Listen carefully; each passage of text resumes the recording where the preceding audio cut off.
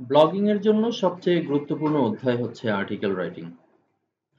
Article writing এ আপনি যদি দক্ষ না হয়ে থাকেন, তাহলে আপনি কিন্তু ব্লগিং করে ভালো আয় করতে পারবেন না। কেননা আপনার আর্টিকেলটি যদি মানুষের মন কাড়ে, তাহলে তারা কিন্তু আপনার পরবর্তী আর্টিকেলের অপেক্ষায় থাকবে। তো সব দিক বিবেচনা করে অবশ্যই আপনাকে ভালো একজন আর্টিকেল রাইটার হতে হবে। এখন হতে পারে যে আপনি ইংরেজিতে খুব একটা দক্ষ না, খুব বেশি লাইন আপনি লিখতে পারেন না। সেই সকল ক্ষেত্রে আপনি আসলে কি করবেন? যেহেতু আপনি অনলাইন আয়ের জন্য ব্লগিংকে বাছাই করে নিয়েছেন, সে কারণে আমাদের পরামর্শ হলো আপনি ধীরে ধীরে এই লেখালেখির কাজগুলো একটু অগ্রসর হবেন এবং প্রতিদিনই কিছু কিছু নতুন বিষয় শেখার চেষ্টা করবেন। তাহলে অচিরেই কিন্তু আপনি ইংরেজির যে গ্রামার আছে, লাইনগুলো কিভাবে বড় করতে হয়, এই বিষয়গুলো আস্তে আস্তে শিখে ফেলতে পারবেন। অনেকেই করছে, তো এটি অনেক জটিল কোনো কাজ না। আপনি যদি ধারাবাহিক করতে থাকেন, তাহলে অবশ্যই এখান থেকে শিখতে পারবেন। সহজে আর্টিকেল লেখার জন্য আপনি যে কাজটি করতে পারেন সেটা হলো অনলাইনে আপনি যে আর্টিকেলটি লিখতে চান সেই রিলেটেড আরো অনেক আর্টিকেল এর আগে থেকে লেখা আছে। প্রথমে সেই আর্টিকেলগুলো একটু পড়বেন, সেখান থেকে জরুরি যে বিষয়গুলো আপনার কাছে মনে হয় সেই ডাটাগুলো এক জায়গাতে সংগ্রহ করবেন। এরপরে একটি আর্টিকেল আপনি রিরাইট করে পাবলিশ করবেন। তো প্রথমেই সিদ্ধান্ত নিতে হবে যে আপনি আসলে কোন বিষয়ের উপরে লেখালেখি করতে চান, আপনার অডিয়েন্স কারা, সেই আর্টিকেলের কিওয়ার্ড কি কি হতে পারে এবং সেই কিওয়ার্ডগুলোর কম্পিটিশন কেমন। কম্পিটিটর অ্যানালাইসিস করেই আপনি ফাইনাল সিদ্ধান্ত নেবেন। এরপরে আপনি সেই আর্টিকেলের টাইটেল এবং ডেসক্রিপশন লিখতে শুরু করবেন। বেসিক কিছু ইংরেজি আপনার অবশ্যই জানা থাকতে হবে। তারপরেও আপনি সাপোর্ট হিসেবে গুগলকে ব্যবহার করতে পারেন। গুগলের সিনোনিমস প্রক্রিয়া, গুগলের যে গ্রামার চেকিং, এই সকল বিষয়গুলো, কিংবা গুগলের যে ট্রান্সলেটর আছে, কিংবা ভয়েস টাইপিং আছে, এই সকল সুবিধাগুলো আপনি পুরোপুরি ব্যবহার করবেন, যাতে করে আপনার আর্টিকেলটি সুন্দর, সাবলীল এবং সহজ হয়। আমরা একটু ধারাবাহিক দেখার চেষ্টা করি। ধরুন, আমরা এখানে একটি কিওয়ার্ড আমরা যদি একটু বাছাই করে নিই এবং সেখান থেকে আমি যদি ছোট্ট কিছু কাজ যদি দেখানোর চেষ্টা করি। ধরুন, create your own T-shirt, create your own T-shirt, এই লেখাটির উপরে সার্চ ভলিউম হলো 1.3K, গ্লোবালি আছে 1.8K। তো এখানে দুইটা বিষয়, একটা হলো যে আপনি কি ব্লগিং করতে চান নাকি অ্যাফিলিয়েট মার্কেটিং করতে চান। যদি ব্লগিং করতে চান, তাহলে আপনার দরকার বেশি পরিমাণ ভিজিটর। আর যদি অ্যাফিলিয়েট মার্কেটিং করতে চান, তাহলে আপনার দরকার ক্রেতা। সেখানে ভিজিটর যদি কম হয়, ক্রেতার পরিমাণ বেশি হলেই আপনার জন্য প্রফিটেবল হবে। কিন্তু ব্লগিং এ যেহেতু সিদ্ধান্ত হলো আপনার অ্যাড যত ভিউ হবে তার উপরে আপনি একটা অংশ পাবেন, সে কারণে আপনার বেশি পরিমাণে ভিজিটর দরকার।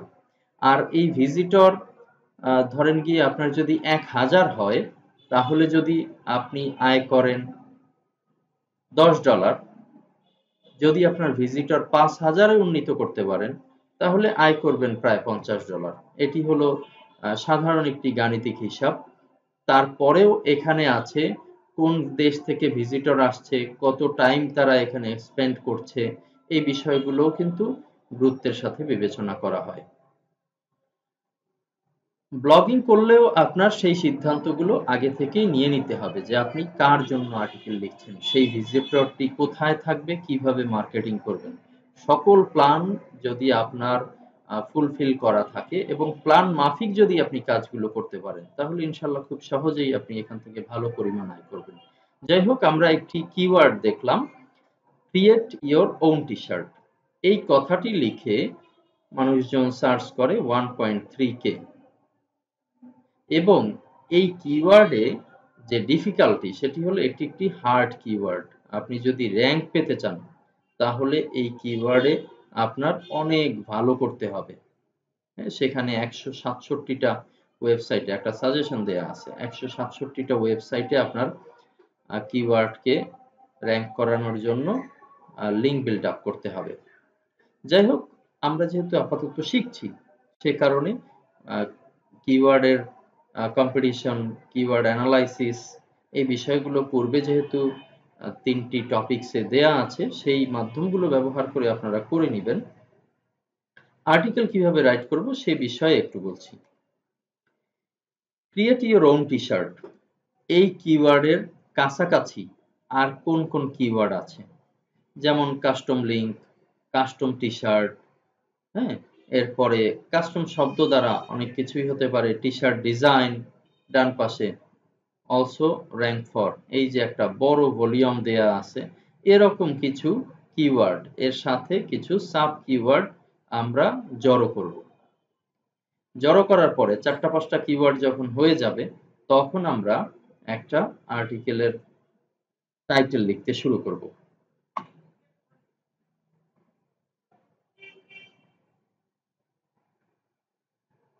আমরা একটু মাইক্রোসফট অফিস নিয়ে নিচ্ছি এবং এখানে ধরি যে আমার মেইন কিওয়ার্ড কি হবে। মেইন কিওয়ার্ড ধরলাম টি-শার্ট ডিজাইন, টি-শার্ট ডিজাইন। তো এই কিওয়ার্ডের সিদ্ধান্ত ধরেন গিয়ে আমি অ্যানালাইসিস করার পরে নিয়ে নিলাম যে টি-শার্ট ডিজাইনের উপরে আমি লিখব। তাহলে সাব কিওয়ার্ড কি হবে? এটা তাহলে লিখি মেইন কিওয়ার্ড। মেইন কিওয়ার্ডের পরে কিছু সাব কিওয়ার্ড নিব। আমি দেখলাম যে সাব কিওয়ার্ড গুলোতেও মোটামুটি ভালো ভিজিটর আছে, সে কারণে সাব কিওয়ার্ড আমি নিয়ে নিচ্ছি। এটিও কিন্তু অ্যানালাইসিসের সাজেশন থেকেই আসবে। যেমন টি-শার্ট ডিজাইনের কাছাকাছি কাস্টম শব্দটা ভালো আছে, কাস্টম টি-শার্ট ডিজাইন, টি-শার্ট অথবা শার্টস এরকম হতে পারে। তারপরে কাস্টম টি-শার্ট ডিজাইন এরকম হতে পারে। তারপরে টি-শার্ট ডিজাইন ইন ইউএসএ এরকম হতে পারে। এরকম 4-5টা, টোটাল 5টা কিওয়ার্ড আমি জড়ো করব। তারপরে টি-শার্ট ডিজাইন লিংক এরকম হতে পারে।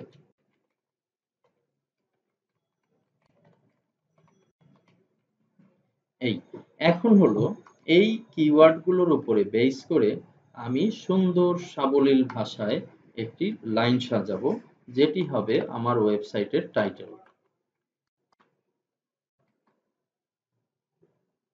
একটু ফন্ট সাইজ বড় করে নিই।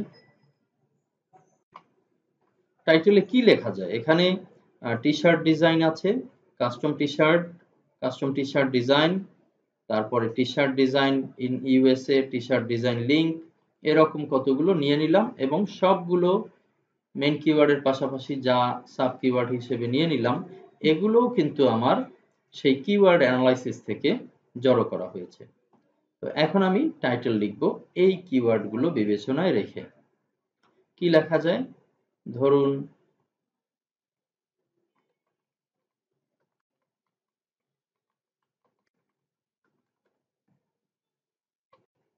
টি-শার্ট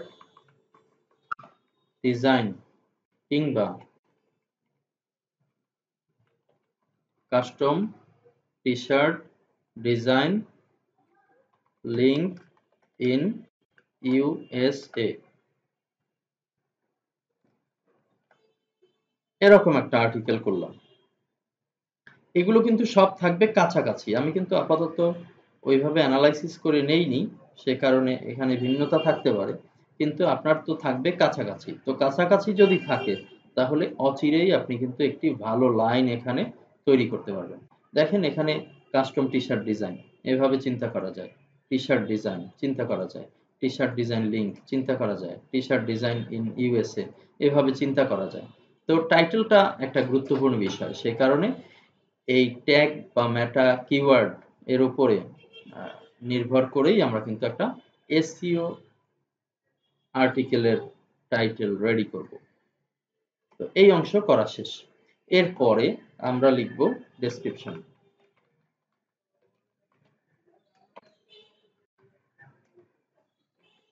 এখন এই আর্টিকেলটি custom T shirt design link in USA, এই আর্টিকেলটি যদি আমি পূর্ণাঙ্গ করতে চাই তাহলে এমনভাবে লিখতে হবে যে এই আর্টিকেলটি পড়লে T shirt, custom T shirt, T shirt ডিজাইনের লিংক, ইউএসএ কি অবস্থায় আছে, এই সকল বিষয়ের কোশ্চেনগুলো যেন সে একটা আর্টিকেল পড়লেই পেয়ে যায়। তো এটি বড় একটি আর্টিকেল হতে পারে। আপনার কিওয়ার্ড অ্যানালাইসিসে হয়তো এই বিষয়গুলো আপনি বিবেচনা করবেন যে আপনার আর্টিকেলটি কত ওয়ার্ডে করবেন। এটির বিবেচনা হয়তো কম্পিটিটর যারা আছে তারা কি অবস্থায় এই মুহূর্তে আছে এই বিষয়গুলো মাথায় রেখেই আর্টিকেলের লেন্থ আপনি নির্ধারণ করবেন। তবে ভালো একটি আর্টিকেল লিখতে এখন 1000 প্লাস ওয়ার্ড দরকার আছে। 1100, 1200 কিংবা 1500, 2000, অনেকে 2500, 3000, 4000 পর্যন্ত লিখে ফেলে। তো সে সকল ক্ষেত্রে মনে রাখতে হবে যে আর্টিকেলটি এত সুন্দর সাবলীলভাবে সাজাতে হবে যাতে করে একটি আর্টিকেল পড়লে সে এই টি শার্ট এবং টি শার্টের বিস্তারিত সম্পর্কে সকল তথ্য যেন সে জেনে ফেলতে পারে। তো এই কারণে আমরা এখানে হয়তো শুরু করতে পারি what is T shirt design. একটি ভূমিকা লিখব, 2 লাইনের একটি ভূমিকা লিখব, যেমন T shirt is the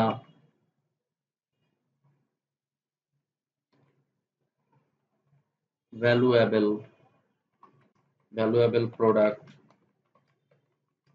for modern world. Everybody like t-shirt. এরকম একটা সূচনা থাকবে। সেই সূচনায় 2-4টি লাইন সেখানে থাকবে। এরপরে আপনি একটু সাবটাইটেল দিয়ে দিয়ে কোশ্চেনিং শুরু করেন কিংবা এর ক্ষুদ্র ক্ষুদ্র বিস্তারিত লিখতে শুরু করেন। তো অন্যান্য আর্টিকেল মানে অন্যদের লেখা আর্টিকেলগুলো যদি আপনি ফলো করেন তাহলে আপনার একটা আইডিয়া হবে। যেমন এখানে ট্রাই 7 স্মার্ট রিরাইট ট্রিক্স, হ্যাঁ, এই একটা ট্রিক্স এর আর্টিকেল যদি আমি পড়ে দেখাই একটু। এই যে টাইটেল করলো, হ্যাঁ, আমি কি দেখে সার্চ করেছি, এখানে সার্চ করলাম article rewrite tips and tricks, এই লেখা লিখে সার্চ করেছি। এই সার্চের বিপরীতে এই রেজাল্ট গুলো কিন্তু চলে আসলো। তো আমার মতো এরকম অনেকেই কিন্তু এই বিষয়টি নিয়ে সার্চ করে। ডান পাশে আমি একটা কিওয়ার্ড অ্যানালাইসিস চালু রেখেছি, সেখানে দেখা যাচ্ছে যে টুলস ফর প্যারাফ্রেসিং, তারপরে স্পিন বট, হ্যাঁ, এই বিষয়গুলো নিয়ে সার্চ করে অনেকেই। তো এগুলোর কিওয়ার্ড সাব কিওয়ার্ড হিসেবে আপনি ডাটা নিতে পারেন। তারপরে আর্টিকেলটি কি রকম লেখে এখানে সেটি একটু দেখি। একটা থাম্বনেল ব্যবহার করছে, এই একটা ভূমিকা, একটু বড় আকারের একটা ভূমিকা সে ব্যবহার করছে। ভূমিকার পরে সে স্টেপ বাই স্টেপ লিখতে শুরু করলো, এক একটা পয়েন্ট সে আলোচনা করতে শুরু করলো। এই এক একটা পয়েন্ট সে আলোচনা করতে শুরু করলো। এটা যেমন কোশ্চেনের অ্যান্সার হতে পারে, আবার কোনো একটা টপিকসের মেইন ওয়ার্ড ধরে ধরেও হতে পারে। এই সবশেষে একটা কনক্লুশন লিখলো। তো এখানে এই যতটুকু লিখলো তাতেও আপনি যদি কাউন্টিং করেন তাহলে অনেক ওয়ার্ড হবে। আমি জাস্ট এখানে একটা যদি একটা কপি পেস্ট দিয়ে একটু ট্রাই করি। হ্যাঁ, কপি পেস্টের এরকম না দিয়েও পারা যায়, টুলসের অনেক ব্যবহারও আছে যে অনলাইন থেকে কিভাবে এই টুলসগুলো ব্যবহার করা যায়। আমি যদি এখান থেকে আবার যাই হলো রিভিউ থেকে ওয়ার্ড কাউন্টে যদি যাই তাহলে দেখা যাচ্ছে যে এই আর্টিকেলটিও 1032টি ওয়ার্ডের দ্বারা সন্নিবেশিত হয়েছে। তো মোটামুটি একটা আর্টিকেল লিখতে গেলে এখন এরকম 1000 খানেক ওয়ার্ড আপনার দরকার হবে। তো যাই হোক, শুরুতে একটা শিরোনাম থাকবে, তারপরে স্টেপ বাই স্টেপ কিছু বোল্ড আকৃতির সাবটাইটেলের মাধ্যমে আমরা লেখা শুরু করব। তো কি লিখব এটি তো আবার গবেষণার বিষয়। সাপোজ আমি এখানে নিলাম হলো আমার টাইটেল কি, আমার টাইটেল হলো custom T shirt design in USA, এরকম দিলাম। তো এইটি আমি যদি এখানে যদি পেস্ট করি, কিংবা আমার যে মেইন কিওয়ার্ড টি শার্ট ডিজাইন এটিও যদি পেস্ট করি, তাহলে আমার কাছে কিন্তু এই আর্টিকেলগুলো চলে আসবে। হ্যাঁ, এই আর্টিকেলের এগুলো যেগুলোতে অ্যাড লেখা আছে এগুলো হলো অ্যাডভার্টাইজ, এর বাইরে এখানে হলো মেইন র্যাঙ্কিং। তো কাস্টম টি শার্ট ডিজাইন, হ্যাঁ, কাস্টম মাইন্ড, কাস্টম ইঙ্ক, এই এদের একটা আর্টিকেল যদি আমি পড়ি, তারপরে এই যে একটা রেজাল্ট আসলো, এই আর্টিকেল যদি পড়ি, এই আর্টিকেল যদি পড়ি, উবার প্রিন্টস, এরকম আর্টিকেল যদি আমি পড়ার চেষ্টা করি, এরা অবশ্য সরাসরি যেই সেলার যারা বিক্রি করে এই জাতীয় বিষয়, তো তাদের ওয়েবসাইটগুলো এখানে র্যাঙ্ক হয়েছে। এখানে মূলত আর্টিকেল রাইটিং এর বিষয়টি ওইভাবে গুরুত্ব পায়নি। তারপরেও এই অন্য একটা যে সাইট আছে সেখানে কিন্তু এই বিষয়টি ভালো আকারে দেখা যাচ্ছে। তারপরেও এই জায়গাগুলো থেকেও আমি কিন্তু কিছু ডাটা নিতে পারি। হ্যাঁ, যখন যেই ডাটাটা আমার দরকার, তো সেই ডাটা আমি নিতে পারি। যেমন এখানে প্রথম অংশে যদি আমি দেই what is T shirt design, T shirt design কি, তাহলে টি শার্ট ডিজাইন কি আমি যদি এই অংশটা যদি এখানে সার্চ করি, প্রত্যেকটা কিওয়ার্ডের ওপরে আমি এই সার্চগুলো করব। What is T shirt design, এই how to design a T shirt, এরকম আসলো। এরপরে এরকম আমি ওপেন করব। এই যে এখানে এই আর্টিকেল, হ্যাঁ, আর্টিকেলের অংশটা দেখতে পাচ্ছি। এখান থেকে আমি পড়ব এবং আমার জন্য প্রয়োজনীয় এই যে এখানে কিছু টিপস করছে, how to design a T shirt in 7 steps.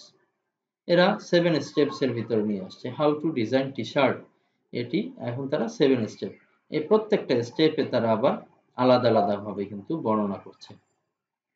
তো তাদের বর্ণনাগুলো আমি আসলে পড়ব, হ্যাঁ, একটু পড়ব এবং ভালো ভালো জায়গাগুলো আমি জাস্ট এই কপি করে করে আমার ওয়েবসাইটে লেখালেখি যেভাবে করব সেই অংশে এরকম যে কোনো এক জায়গায় আমি আসলে এই ডাটাগুলোকে সেভ করে রাখবো।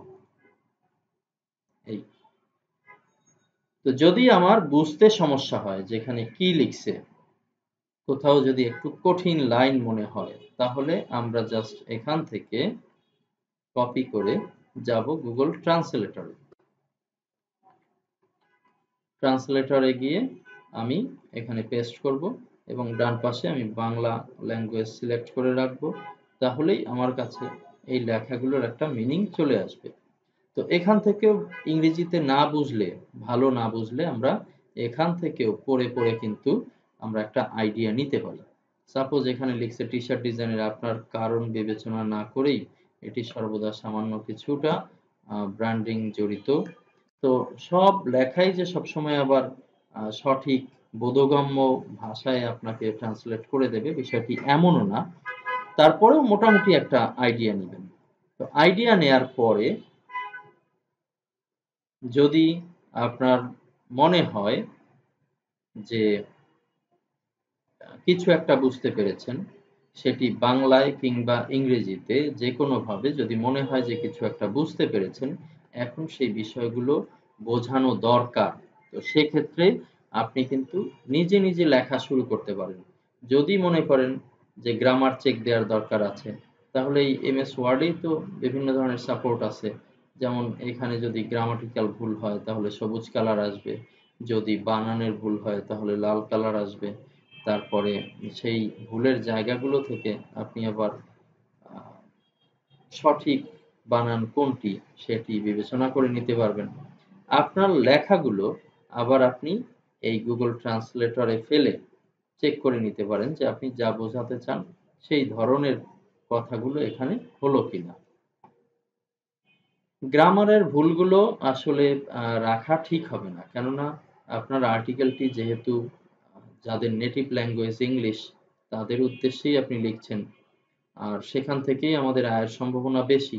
সেই কারণে গ্রামাটিক্যাল ভুলটা আমাদের রাখা ঠিক হবে না। এগুলো যথাসম্ভব আমাদের রিমুভ করে নিতে হবে। তো ছোট ছোট গ্রামারগুলো আপনি যেগুলো অলরেডি শিখে এসেছেন স্কুল লেভেলে, সেই গ্রামারগুলোই আপনি এখানে অ্যাপ্লাই করবেন। এরপরে আমরা আরো একটা কাজ করতে পারি। সেটি হলো, আপনার যদি মনে হয় যে আপনি বাংলা লিখবেন এবং ইংলিশ ট্রান্সলেট হবে অটোমেটিক, যদি এমন মনে হয়, তাহলে আপনি জাস্ট এখানে এই বাম পাশে বাংলা সিলেক্ট করুন। এখানে না পেলে এই বাম পাশ থেকে বাংলা নিয়ে আসুন, আর ডান পাশে থাকবে ইংরেজি। তো এক্ষেত্রে আমি যদি এখানে লিখে দেই, অভ্র চালু করি,